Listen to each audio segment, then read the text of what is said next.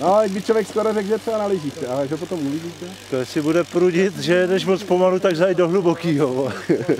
Jo, to jsme mu měli říct. Jo. To by mu urvalo koule, jo. Ale jak už to tak jsem se z toho tady propadl. Ale to třeba tichý. Já jsem taky myslel, že to bylo celá tichý. Tam taky zatáče pojede dolů. Teď se no, přesně jsem na ní. To mi se tam ani nedá jít asi podle mě moc dobře.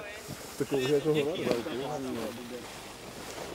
Ale já ještě botek, když to chce dojít, ty vole, tak botek, že se jde. Já to zkoušel pak za žádný na stůl. 60.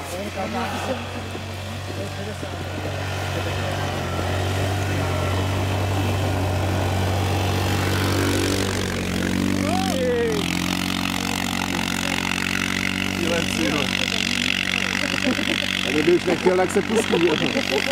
Jsou magaře. Má tady nějakou holku? Co se toho? Co tím tak předvádilo? Nemá. Co zkusit? Ale ten to teďka uvidí, ty vole. Ten už jede 9-5 teďka. No ten ho teďka uvidí a bude přemlouvat, vole, aby ho vzal na sebe. Nazdár, jste dole,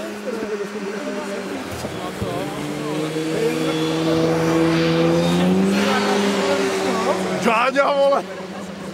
Já nevím, To je hustý, no vy teď zkouší své Jimmy! klístky. To je dálko, to je stejný místo. No. Úplně stejný místo. Nějaká je zase naší kamarádka, viď? No, on s ní bydlí. No. Víš, co nejblbější? Když to bedno někde takhle on propadne a vyskočí, tak on cukne. A to on takhle na ten kukák si neprokruší. Asi ne, no. Kdyby ta trať byla rovná, tak za ním fičí 5 kiláků, ale když ho tam protáhne to jamku, tak game over. A druhá věc, teda tam jedna ta jamka je teda fakt jako ubrat plyn, padnout tam jak s tankem a pak přidat plné, jinak jako nevím, co tam jako. Já jsem ho chtěl teda sundat sebou.